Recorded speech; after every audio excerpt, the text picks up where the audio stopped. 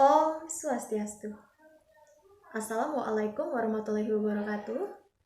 Shalom nama budaya, salam kebajikan. Perkenalkan, saya Padmaning Saraswati dengan NIM 2012521011 akan memaparkan mengenai paradigma penelitian sosial. Apa sih paradigma penelitian sosial itu?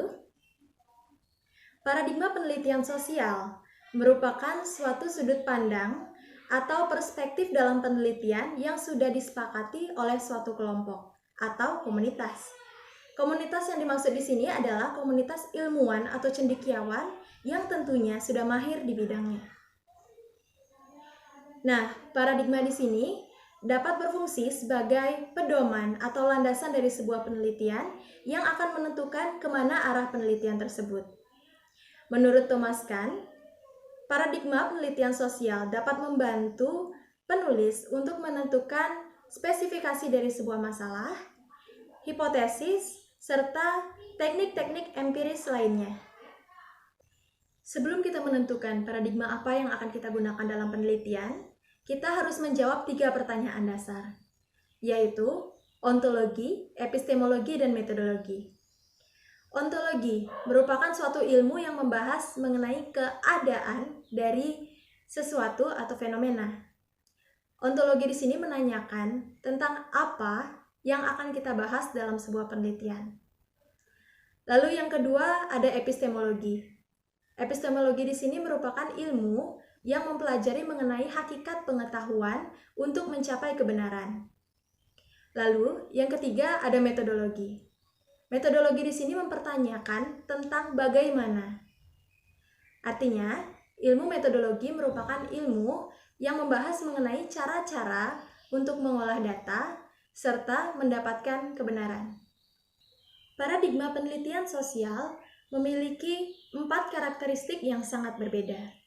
Karakteristik yang pertama adalah positivisme. Positivisme merupakan karakteristik paradigma penelitian sosial yang memiliki analisis yang sangat matematis, prosedur yang general, serta bermodel induktif. Nah, paradigma penelitian sosial karakteristik positivisme ini memiliki konsep bahwa kebenaran merupakan suatu hal yang kaku dan tidak dapat berubah. Selain itu, karakteristik ini juga beranggapan bahwa hukum sebab dan akibat berbanding lurus. Biasanya, yang menggunakan karakteristik ini adalah penelitian kuantitatif. Karakteristik paradigma penelitian sosial yang kedua adalah post-positivisme. Post-positivisme di sini beranggapan bahwa kebenaran bukanlah suatu hal yang mutlak dan dapat berubah kapan saja.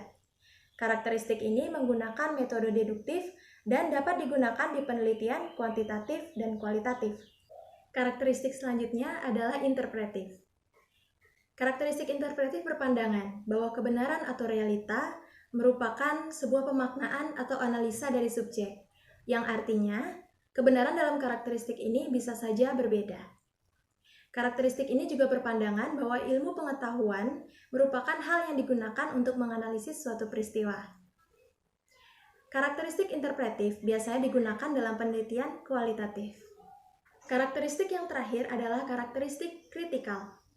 Karakteristik kritikal ini mempunyai sifat yang radikal dan biasanya digunakan untuk mengkritik suatu tatanan sosial yang telah bertahan sejak lama. Karakteristik ini menganalisis secara historis dengan menggunakan faktor sosial, budaya, ekonomi, politik, serta media lainnya. Karakteristik kritikal biasanya menggunakan metode deskonstruksi dan digunakan dalam metode penelitian kualitatif. Nah, itu dia barusan pemaparan dari saya mengenai paradigma penelitian sosial. Semoga dapat berguna dan terima kasih. Om Santi Santi Santi Om. Assalamualaikum warahmatullahi wabarakatuh. Shalom nama budaya, salam kebajikan.